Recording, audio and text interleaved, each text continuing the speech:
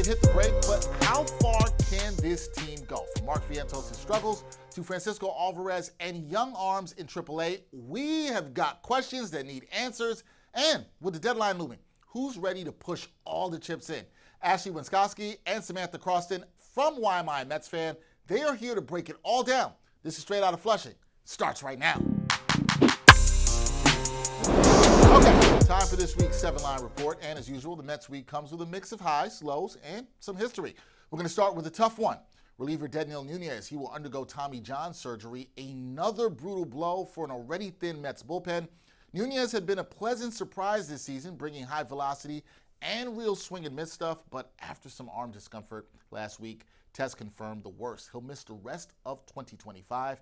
And right on cue, Jesse Winker, he's heading back to the IL with a back injury just days after returning to the lineup. He's been dealing with back tightness off and on this season, and this latest setback makes it tough to know how much the Mets can count on him down the stretch. Winker had shown flashes with the bat, but availability remains the biggest question mark with him. However, there is some good news out of Flushing. David Peterson is officially an NL All-Star. He was named to the team as an injury replacement for Robbie Ray. And while it may have come late, it's a well-deserved nod. Peterson, he's been a stabilizing force in a rotation that's been held together with duct tape. And now he gets to represent the orange and blue in the ATL. And speaking of stars, Francisco Lindor just added another historic milestone to his resume. He's now officially a member of the 200-homer, 200 stolen-base club, just the third shortstop in MLB history to reach that mark. Lindor started to heat up at the plate over the last few weeks, and this milestone cements his spot in the conversation with some of the best two-way shortstops of all time. So, while the injury bug continues to bite, there's still plenty to celebrate in Queens this week, from Peterson's all-star moment to Lindor making history. All right, so all-star break, the Mets, they are still standing after a June swoon and an early July surge. The big question now is, how good are they? And what needs fixing if they're going to make a real one? Well, to help us break it all down, we've got two guests who know this organization from top to bottom, from Flushing to Syracuse, Ashley Wenskoski and Samantha Croston from the podcast called Why Am I a Mets Fan? They cover the Mets' big league roster, their prospects, and just like the rest of us, they're riding the emotional course that goes with this team. Guys, how you doing? Doing great. Thank you so much for having us on, man. We really appreciate it, and we're happy to be here. Oh, no, it's a pleasure to have you both here. I'm a huge fan of the podcast, Sam and Ashley. And the thing I got to say is I'm a fan of the name of the podcast. I love it. Why am I a Mets fan? Because if you've rooted for the Mets, you've probably asked yourself this question a couple of times at least. So I got to ask this both for you as we start. How'd you come up with the name? So to be completely honest with you, we are local sports reporters and anchors at a station in Syracuse, New York, the local NBC and CBS affiliate. And it was actually our boss. His name is Sean Carroll. He's the news director here, who's given us some really great web and digital and podcasting opportunities to go along with the traditional forms of journalism that we do here. And he pitched the name to us because he said he's a Phillies fan. He's from the Philly area. And he said, I feel like people are always asking themselves, why am I a Mets fan? This team drives me crazy. And so we went with it and we ran with it. And we get people saying all the time that they think it's catchy and it's funny. And we did too. Oh, yeah. No. The name is great. Even though he's a Phillies fan, I will have to say he's right. We all have asked ourselves that question because it's been a roller coaster ride, as you ladies know. But, you know, some of us are still here, and you guys are still doing a fantastic podcast. So, Ash and Sam, let's start with the big picture here. As we hit the All-Star break, how would you grade the Mets season to this point, and how confident are you in this team as a real postseason threat? Ashley, I'll start with you first. How are you grading this Mets season so far? So I thought long and hard about this answer because I think this is such a nuanced year to give the Mets an actual letter grade. I went with A-. I was wavering between B+, but I went with A- because even with the expectations coming off of last season, I don't think you can argue with being a half game out of first place headed into the second half, especially when this team was dealing with so many injuries way more injuries than anticipated, right? At one point entering this month, they had the most players in baseball on the injured list. They've really had to overcome some ups and downs. I think people got caught up a little in some of the pitching overperforming to start the season in April, but they've continued to overperform. It was just that they were so fantastic through those first few weeks. I think if I told any Mets fan on, say, maybe not April 1st, but March 1st, that the Mets won't have Sean Manaea, they won't have Frankie Montas, and they won't have Kodai Senga in the rotation together at all in the first half up until today, July 13th, and they're still a half game out of first place, I think you probably would have taken that. I think that the Mets really had to tread water and patchwork some things together with the challenges that the rotation gave them with the injuries to Manaea, Montas, and Senga. And so I think to be where they are, even surviving those injuries, has been great. I think with a healthy Senga and Manaea, I'm very confident about this team heading into the postseason. Now, if that ends up not being the case in the second half, I think that's a different conversation that we're having with the starting rotation and who you might need to grab at the trade deadline. But at this point in the season, I would be shocked. I don't even want to jinx it as a Mets fan if the Mets didn't make the playoffs.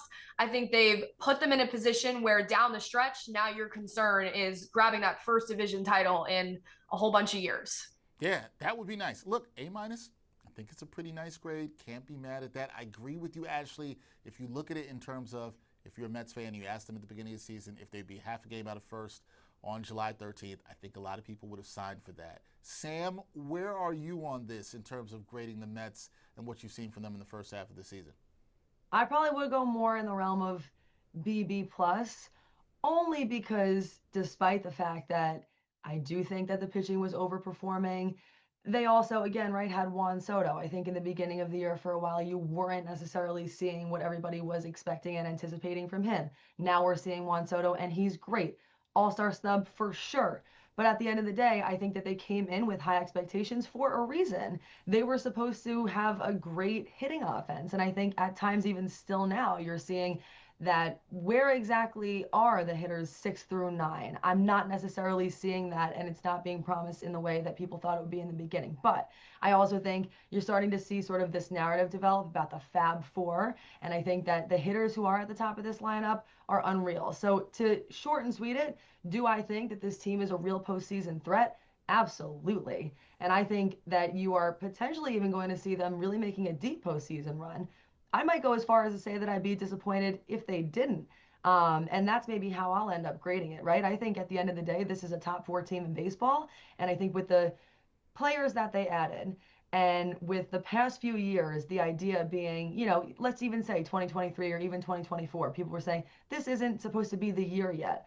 But wasn't 2025 supposed to be that year? Now I think the stakes are really high, and it's okay to grade them in a harsh way because they got Juan Soto. They are breaking out of that narrative of the little brother. So now you have to own up to that every single night.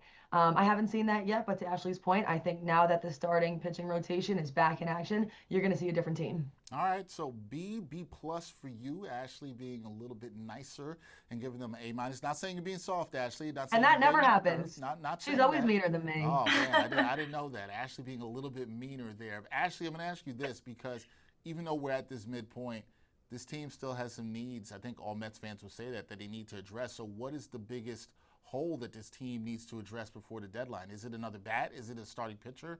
Is it a bullpen arm? What do you think that this team needs to get done to add? Or is it all three? Is it all three they need to add here before the deadline? I think there's 2 that are certainly more urgent here than the third one. I think the relief pitcher is really, really necessary. This bullpen has been, Edwin Diaz has been fantastic. We actually just talked about this on our show a little while ago. And a stat that is almost unbelievable is that Edwin Diaz has given up 1 earned run since April 22nd. If you get to the 9th inning and the game is in Edwin Diaz's hands this season, you're in good shape. You're probably going to win the game. The challenge for the Mets has been getting through those late middle innings, that 7th inning, that 8th inning, to get to Edwin Diaz without blowing things up, without blowing the game. Reed Garrett's been really good. Brooks Raley is coming off of the IL. He's finishing up a rehab assignment in Syracuse. So those 2 guys you're confident in. But you've seen some of those other bullpen pieces like a Ryan Stanek, really not perform up to expectations and not keep you in close games. So I think a bullpen arm is really, really important. And also a bat. I mean, Sam said it before, 6 through 9 in this lineup any night of the week is shaky at best. You might get no production. The Fab Four is nice, but if you have nothing behind the Fab Four, you're probably not winning the game. We're even seeing that today is Sunday, right? The Mets got really zero production from Lindor, Alonso, Soto, and they lost the game. And it feels like that's the story more often than not when they do lose. So to me, the position that sticks out there is center field if you're adding a bat, right? Tyrone Taylor, as much as he has some positive qualities, as much as he's great on the base paths and really fantastic in center field defensively, he hasn't shown much production at the plate. So for Tyrone Taylor to be your everyday, in some sense, center fielder, to me, isn't going to work for a team that's looking to make a World Series run. I think that bat needs to be an outfielder of some sort that can sort of shore up the middle of that lineup. Yeah, I like that. I love that as a move. I think they should try to upgrade the center field. We'll see if they're able to do that. I also agree they need a bullpen arm badly. That helped Edwin Diaz out a little bit. And when we speak about struggling in the lineup, we got to talk about Mark Vientos, Sam, because he's really struggled since coming back from injury. So how long is his leash right now if you're the Mets with Vientos? And has this slump, I know he had a pretty good series against Kansas City, 5 for 12, but that has the slump that he's been in since he's come back, has that changed your long-term view of him going forward? Yeah, I mean, one thing that we talk about a lot is how many of these guys, we refer to them as the gaggle, but essentially when you're thinking about, Mark Vientos, Acuna, Beatty, we're thinking about how many of those guys do you really need to hold on to? I think that Mark Vientos is a guy who, if I really had to make a decision on right now, I would say that you should keep him. I think Mark Vientos is someone who does have a really high ceiling, and we might just I don't think that we've necessarily seen all that he's capable of yet. But honestly, we were just talking a couple of minutes ago on our podcast about how if you're Acuna, you might want to have a suitcase just in case. Ashley always says that at any time there could be some people who have a one-way ticket to Syracuse. I think he is somebody who maybe could even have a one-way ticket out of the organization. And I don't mean that in necessarily a negative way. It's more so just when you look at the Mets' even leadership and the way that they like to sort of play chess instead of checkers. At some point, it almost seems like you just don't need all of those people anymore. Even Jeff McNeil has, I think, thrown a wrench into things in a way, because Jeff McNeil was somebody who on our podcast we never talked about in such an overwhelmingly positive way. But my God, he's been bringing it lately. He has a veteran presence, and that means that there's going to be less spots for everybody else. Do I still think that Mark Vientos has a spot in the organization? I do. But honestly, this is just my personal preference. I've always actually been more of a Brett Beatty guy. I think that Brett Beatty is a better third baseman, quite honestly. I think if anything, Mark Vientos is going to be sticking around in like a DH role. So I'm not necessarily one way or the other committing to him staying or going. In my eyes, the first guy out is Acuna. But I also think that Beatty is someone who, just in my personal opinion, this feels like a Metsy thing to happen. I have always thought that the second they let go of Beatty, he is going to thrive somewhere else, and I just can't see it happen, and I don't feel like having my heart broken in that way. Well, Mets fans know, as you said, a very Mets thing. You've seen it many times. Mets trade a guy, and then all of a sudden he takes off someplace else. I understand the trepidation with Beatty. I agree with you. Very good in the field. Would like to see a little bit more with the bat, but really solid. His defense has been solid this year, no doubt about that. But Ashley, when you hear what Sam just said about Vientos, and given his struggles, does his struggles make adding a right-hand bat even more urgent, especially you just talked about upgrading in the outfield? And who do you think would be a fit if they went that route to add a right-handed bat to this lineup? Yeah, I think absolutely. I reiterate what Sam just said. I'm not ready to give up on Vientos just because he's having a couple months. A sophomore slump is something we've seen so many times with guys in this league that go on to be MVPs and All-Stars. So I'm not ready to get off the Vientos train just yet, but I do agree that the lack of production from his spot in the middle of that order has been a problem. I mean, people forget that before the Mets re-signed Pete Alonso late, Mark Vientos was supposed to be Juan Soto's protection. And to think about the season that Vientos has had under that scope is a little bit scary. So in terms of some outfield names that I think could help them and could help give them a righty bat presence in that lineup, I mean, Byron Buxton would be a really big splash. And I don't know if the Twins are going to be willing to part with him. And if they do part with him, I don't know what it's going to take. Probably a top 10 prospect in your system, probably multiple, probably some major league talent as well. Obviously, he's a guy who's going to give you some power. He's a little bit of a liability in terms of if he stays healthy. But I mentioned how Tyrone Taylor has been so good defensively for the Mets. If you bring in Byron Buxton, it helps you in the lineup solve up that issue. And then Buxton is a great fielder in center as well. So he's above average fielder. He's one of the best hitters in baseball, and he's great on the base paths as well. Again, that's a high cost addition, but if the Mets were willing to do it, if David Stearns feels like this team is one bat away from advancing to the World Series, Byron Buxton is the name this year that kind of pops off the page. Jarren Duran is a lefty, and the Red Sox, with their recent winning streak, they've won 10 in a row. I don't know if they're going to be sellers at the deadline. Duran does seem like sort of the odd man out in that Red Sox outfield right now since they've called up Roman Anthony, but I don't know if the Red Sox want to part with him. And then this is another name that I just find interesting, and not an outfielder, but a catcher. Hunter Goodman on the Colorado Rockies is young. He hits for power. I don't think the Mets are ready to part with Alvarez as their catcher of the future, so to speak, but Goodman is certainly appealing for some pop in the middle of that lineup. Yeah, no, I like all those names. I like Buxton a lot. I wonder what the cost would be for him. Real quick as a follow-up, Ashley, do you feel like David Stearns has to make a move here at the deadline? Because I talked with Daniel McCartan from WFAN last week, and she said to me, look, he can't be small market Stearns. He's got to get this done here. Do you feel like he has to make a move here? I do think that both for the atmosphere around Mets fans, what the fan base is looking for, and also just logistically, I think that Stearns does have to make a move in the lineup. I think that there's been too many games this season that have been close, right? The Fab Four, as Steve Cohen referred to them, doesn't hit and the Mets lose the game. I think they definitely could use another veteran power hitting presence in the middle of that order. And especially we've seen the issues with runners in scoring position plague them so much. At least you don't feel hopeless when you get to 5, 6, 7 through that lineup. So to answer your question, I think, yes, they need a bat at the deadline. All right, got to do something at the deadline. Let's switch gears to the Syracuse Mets. You both cover that team very closely. Sam, I got this for you. How valuable has it been for those young starters like Brandon Sproat, Nolan McLean to work with Francisco Alvarez while he's been down there? We'll get a lot to Alvarez and what he's been doing down there in AAA, but how valuable has it been for those young starters? I would say invaluable. And here's why. Because I keep in contact a lot with the AAA broadcasters here. His name is Mike Tricarico, great guy. And I'm nosy. I like to know what's going on around here.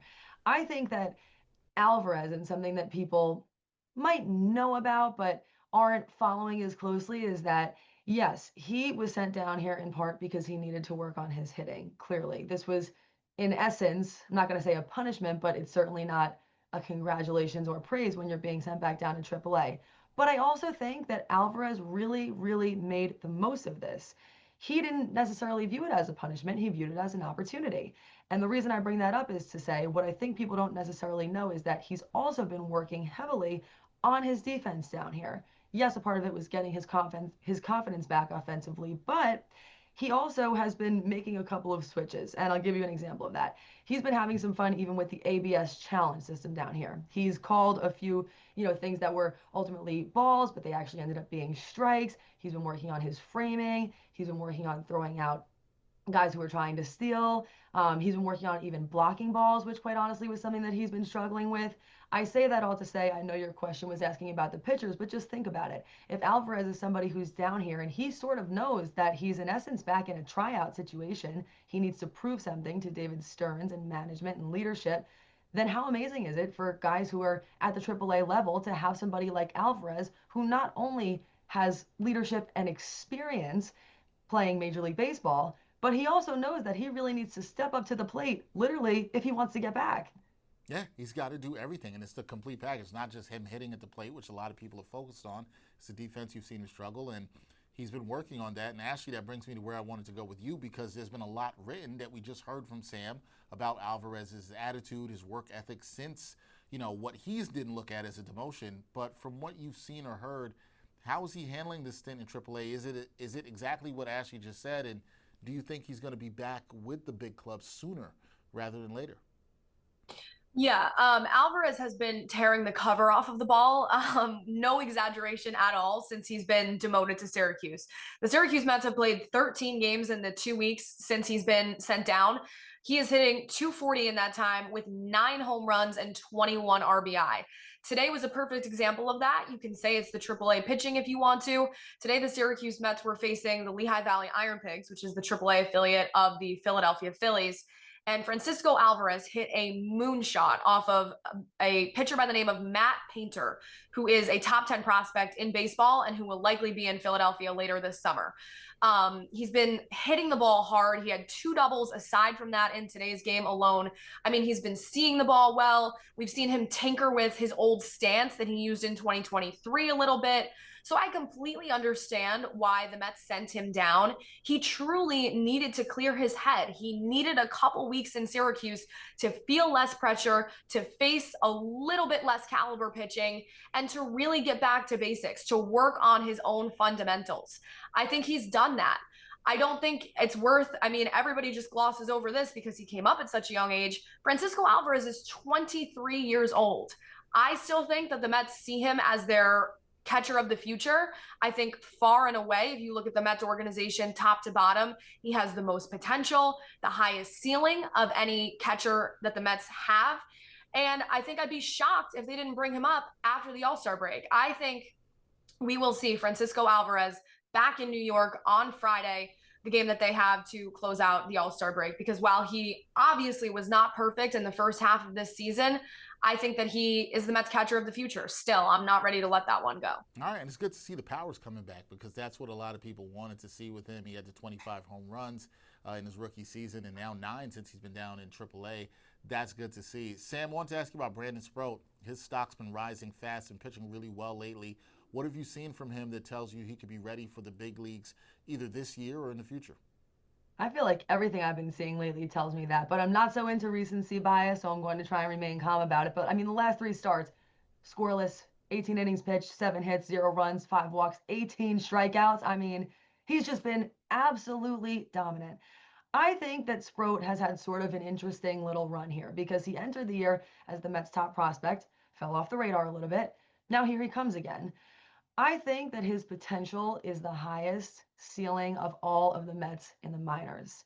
And I feel completely confident in saying that. There are also other guys who you're seeing who I think are going to have great trajectories as well. I like Tidwell. I like Tom. I like what McLean brings to the table. But I really actively believe that in a decade from now, you're going to look back and understand the fact that Sproat was a real talent here, and he's very much so on his way. I do think that you'll see him potentially up playing for the New York Mets this year, especially just with the fact that I think a lot of, the Mets pitching is injury prone anyway. But really, I mean, his fastball, he's consistently throwing it at 98 or 99. He's going to attack hitters more. His curveball has actually become a go-to put-away pitch. That wasn't always the case. His changeup was struggling at the beginning of the season. It's better now. Slider, sweeper, all coming along. He is really actively making adjustments, and I understand that it's only been 3 dominant starts, so people don't want to get too carried away. I do not think this is a phase. I think you are going to honestly see that while his floor might be lower than people initially thought, his ceiling is higher than people expected. Well, see, that's exciting for the Mets fan because if you've talked to a lot of people who are scouts and talk about the pitching around the Mets organization, a lot of people have been high in Jonah Tong. I know you've heard that. You guys have heard that as well, too. But seeing Sproat come back in a form, I get it. It's only been 3 starts, but like you said, he's been looking pretty good. Speaking of looking pretty good, Ashley, Mets fans got to be happy about what they saw this weekend in Kansas City. Kodai Senga and Sean Manaea both returned to the rotation. What did you make of their starts that we saw from them against the Royals? Well, not a start for Manaea because he came in relief, but what did you make of their appearances that we saw from them against the Royals? Yeah, I would say to say that this was an encouraging sign for the Mets headed into the All-Star break and headed into the second half would be an understatement. At the beginning of this episode, I said that I'm confident that the Mets are a playoff team and they're a team that can make a deep run into the postseason.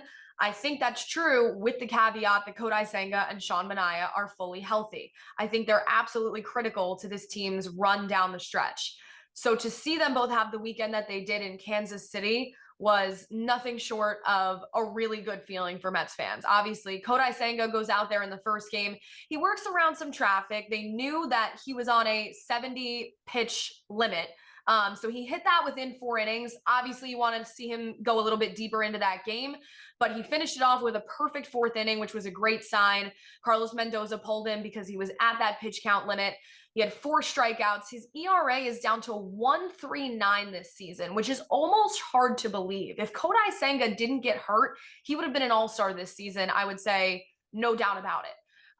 So Senga, we've seen him injury prone at times. Obviously, it was a leg injury this time. He needs to stay fully healthy in the second half here for the Mets, and this weekend was a great first sign. As far as Manaea, we saw him have a little bit of an interesting experience on today's Sunday.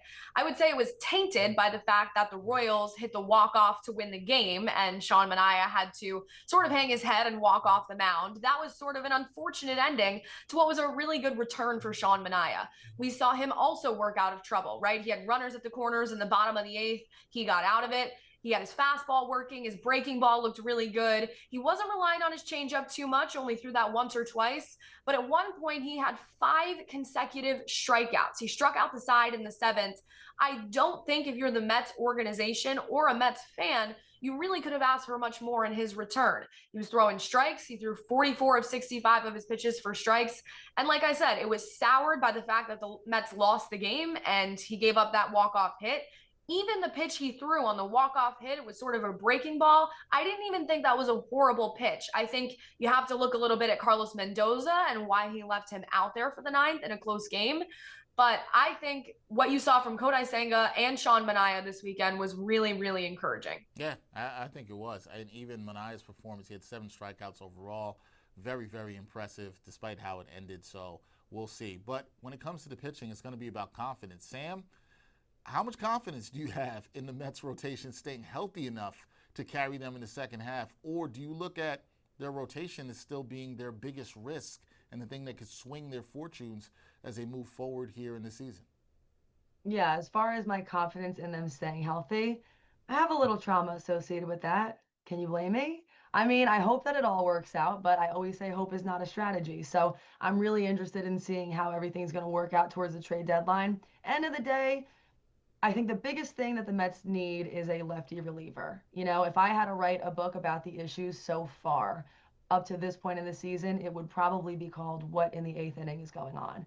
I mean, Ashley said it earlier, but I think the 8th inning really has been an issue, and I think that that's something they have to address. But despite feeling better, now that Manaea and Sanger are back, Ashley mentioned this earlier, the rotation that the Mets actually wanted, all 5 guys being in there, this is the first day of the entire season that they've actually had all 5 of those guys there. So I don't feel that confident in it. And if you have to, look outside and potentially see, okay, is there anyone here who we can reel in? Edward Cabrera is honestly somebody who I look at and I'm interested in. 3.61 ERA, 82 innings pitched, 86 strikeouts, and perhaps most importantly, he's young and I feel like he's sort of on his way to having a breakout year. Right now, I'm really interested in who's hot at this moment. I look at somebody like Cabrera's last 7 starts and I'm interested in what I see. I understand he is getting an MRI, so my answer might be dependent on what happens there. However, I think that you want somebody in this particular situation, at least for me. I'm not so necessarily interested in veteran leadership. I think they have enough of that. I want somebody who is pitching really well now. I think for a long time, the Mets have been sort of promising Mets fans this idea of we're building now and we'll have success later. I want success now, though. I want 1986 kind of success, and I want it this season. And I think you only get that by making some bold moves. And I think that could be the kind of move that you potentially see if they decide they do want a starting pitcher. I'm not saying it's absolutely necessary, but I don't feel 100% confident in the fact that the rotation they have now can stay healthy. And I think if the Mets make it to the place where I think they can, they make it to a place like the NLCS where they go up against the Dodgers, they need endurance. That's the biggest thing they don't have. This is not a sprint. You really need to have endurance here. So I'm with you. I'd like another starting pitcher, and I love that you gave a name, right? A young guy who's got some upside, which I think has some good value for the Mets in the short term and the long term as well. I just wonder, will Stearns actually do that, right? Because I already asked Ashley, do you think Stearns is going to go after a hitter? My question then, too, is is he going to go after a pitcher? I think he'll think reliever, but will he get a starter? I'm not so sure. I don't know. Ashley, I got to ask you this. Don't know if you've had a chance to get to Citi Field this year. The vibes have been dope this season. They've been really good. The Mets have been fantastic at home. Why do you think this team plays so much better in front of the Citi Field crowd, and are you concerned at all about their struggles on the road? So Sam and I were lucky enough to cover the home opener at Citi Field, which was fantastic. Like you said, the energy at Citi Field this season and last season has been so phenomenal, and it's been so refreshing as Mets fans to see that. The Mets are 33-14 at Citi Field this season at home. That is, I mean, stellar doesn't even do it justice. That is fantastic. That is exceeding expectations for sure. On the road, this is a sub 500 team. The Mets are 22 and now 28 on the road this season. That concerns me. It's nice to be comfortable at home. It's nice that they like playing in New York, where the lights are the brightest, and at Citi Field, where the scrutiny is arguably the highest media-wise. But I think in order to make a deep postseason run, you have to gut out some wins on the road in uncomfortable positions. And to be honest, while this is sort of an underrated category, that's something I would like to see the Mets do more of in the second half, because I think that's how you prepare yourself for postseason play and quick turnarounds. It's worth mentioning that they showed some of these similar qualities last year. They were 46-35 at home in 2024, but they still had a winning record on the road, 43-38, obviously a little closer and much less stark, but you're seeing some of that again this season. I think the energy and the atmosphere that they've created at Citi Field is only a testament to Steve Cohen, David Stearns, the new ownership, Alex Cohen, everyone involved, I think, has created a really, really fantastic ballpark experience at Citi Field. I would argue that it's becoming a destination in New York in a way that Shea Stadium never was. But I will say that in terms of the Mets as a team, I'm looking for some consistency across the board, and they haven't shown me that on the road this season.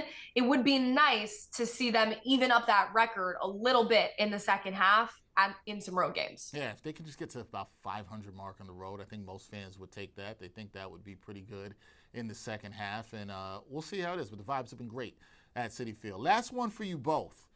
Look, and this kind of is based on the grades that you guys gave, because the Mets, they've proven they can be dangerous when they're hot. We've seen that this season. We've also saw them where they lost 13 out of 17 games, and it was not a good stretch for them. What would you say is one thing that has to go right for them going forward to be a serious threat to win a World Series? Sam, I'll start with you first. What is to go right for the Mets as we come back from the All-Star break where you're like, okay, this team can win a World Series? I really think I have to fall back on 5 through 9 hitters. Again, do I think that their lineup is top heavy? Yes. Is that necessarily a bad thing? No. I absolutely believe that come crunch time, Alonso, Lindor, Soto, Nimmo will all show up. But again, is that enough? It would make me feel a little bit better if I was seeing any sort of life, you know what I mean, from the 6 through 9 hitters. Not to say, again, sometimes you're seeing a little bit of this and a little bit of that, but for the most part, it's been lifeless. I feel like me and Ashley go on our podcast every single week, and we consistently talk about the fact that that is indeed a problem. You want to see a little bit more balance, a little bit more consistency, because as much as Lindor is a leader, and I know he's not the captain, but he's my captain, you know, I know that you're going to see the leadership from him. I know that you're going to see people like him and others coming up in high pressure and clutch situations, but should it have to fall on them every single night? End of the day, all of these guys are coming to work. It's a job. They get paid to do it. And I think some of them need to do their jobs at the plate. That's something that I'm hoping to see. I'm not sure exactly what adjustments need to be made in order for that to happen. But again, if a guy like Alvarez comes back, maybe a little demotion was exactly what he needed. And honestly, I was all for that. I think he did a great job. I think he had an amazing attitude about it. And to Ashley's point, he absolutely deserves to be back here. Bring Alvy back. He's ready. All right, bring Alvy back. Hopefully, who knows, whether it's through addition or guys just hitting better, whether it's Vientos, Alvarez. Hopefully the bottom of that lineup can be a lot better for the Mets. I agree. That has to change. 5 through 9's got to be better for sure. Ashley, for you in the second half, what has to go right for the Mets to be a serious threat to win a World Series? Well, it's the Mets, so I just have to say a little bit of magic has to be in there, because we are talking about the New York Mets making a run to the World Series. So we're going to need a little magic on our side. But on a serious note, the Mets need health, which I mentioned before. They've been really, really plagued by injury. And I think the biggest area that's most important is what we've been talking about, the starting rotation. Sean Manaea and Kodai Senga need to stay healthy. And beyond that, we need to see the Sean Manaea of last season, which I think we had a good first sign today, Sunday, in his first appearance. But you can't afford regression there, right? Even if Manaea comes back and is healthy down the stretch, he needs to be the Sean Manaea of 2024, and that remains to be seen. Also, you look at that rotation and you're a little bit concerned about Clay Holmes, a guy who spent his entire career as a relief pitcher, as he starts to get tired, as he starts to hit some of those inning limits that haven't been publicized by the Mets organization, but in my eyes, they have to be there, because if you're the Mets, you don't want to find yourselves without Clay Holmes in September. We even saw it today, Manaea coming in for him in the game in Kansas City to try to alleviate some of those innings. The Mets are going to have to get crafty to manage Clay Holmes' workload. Also, you look at Frankie Montas, you're going to need to see some more production there and not have him be a complete liability every time he takes the mound. So I would say health in the rotation. And then, like I said before, consistency. We need to see this team perform on the road. We need to see this team perform with runners in scoring positions. When the going gets tough, they need to figure it out at the plate. And like Sam said, the bottom of the lineup needs to produce, because 1 through 4, 1 through 5 can't do all of the heavy lifting all the way down the stretch. To me, that's a recipe for disaster instead of success. And like we've been talking about, the first name that comes to mind in terms of guys that can help that problem that are currently on the team would be Mark Vientos. That's all I'm saying. Yeah, I got a segment coming up later in the show about Mark Vientos, because he's got to turn it around. We'll see if he can. Cautiously believing, ladies. I'm not sure if he can. But listen, the Mets, they've got some holes. They're not a perfect team. I like the grades you guys gave them. They have things they can fix as they try to win a World Series. But Samantha, I believe it was you that said you want 1986 vibes now. I understand that. I understand why you want that. Is that fair to ask? Yeah, Is that I think so it's crazy? fair. No, I don't think. Is it too soon to compare last season to 1985 is my question. Oh, I hadn't thought about that in that way. Well, here's the thing, and maybe this will be interesting. My producer, Nick Federico, he's going to love this. He's a Grimace hater, okay? He's a Grimace hater. He's not a fan of Grimace, and he thought all the Grimace vibes was a little bit too much. But Ashley, you said the Mets need a little bit of magic. You need some luck sometimes on the way to go there. I wonder to that point if last year is a bit of 85 in that you had the development of the young players. You had Lindor sort of really truly emerge as the leader of this team, right? I think he always has been. You really had his moment in an MVP-like season. I wonder what that has set them up now for this season, where they've got Juan Soto. They're starting to add the pieces. The expectations have rose for the team. But can they rise to the occasion? I still think they need a little more. They're not as complete as that 86 team, but I see what you're going for, Ashley. I see the setup to where they're trying to go. As far as Sam, is it too much to ask? Nah, I don't think so. Look, the expectations were raised once you got Juan Soto, right? And I think as fans, you want to see expectations raised and see if you can meet that. And there's nothing wrong with that. Now, I don't think this is a complete team. I think they have holes. I think they have things they need to fill, but we'll see. That's what makes the jobs we do fun. And we're going to have a lot to discuss about this team and what they can do the rest of the way. First half has been good. Ashley gave them what did you give them, Ashley? A-? You were A-, right? Yep. A-. Sam had a B, B+. You can go there. I think those are fair grades for the team, and we're going to see how they do in the second half. That is Ashley Wenskoski and Samantha Croston. Find them. Why Am I a Mets Fan podcast? And if you're wondering why you're a Mets fan, they might be able to help you with the answer to that. Ladies, this was a pleasure. We finally got to connect. This will not be the last time you're on Straight Outta Flushing. We will do this again. I'll be checking out your podcast, see what you guys have to do, but I appreciate you guys so much for coming on me to talk a little bit of Mets baseball. Thank you so much for having us on. It was a pleasure. It was great to finally connect with you and be able to talk some Mets, especially during the All-Star break, right? What better time? What better time to do it? We'll connect again soon. Thank you, ladies. Appreciate it.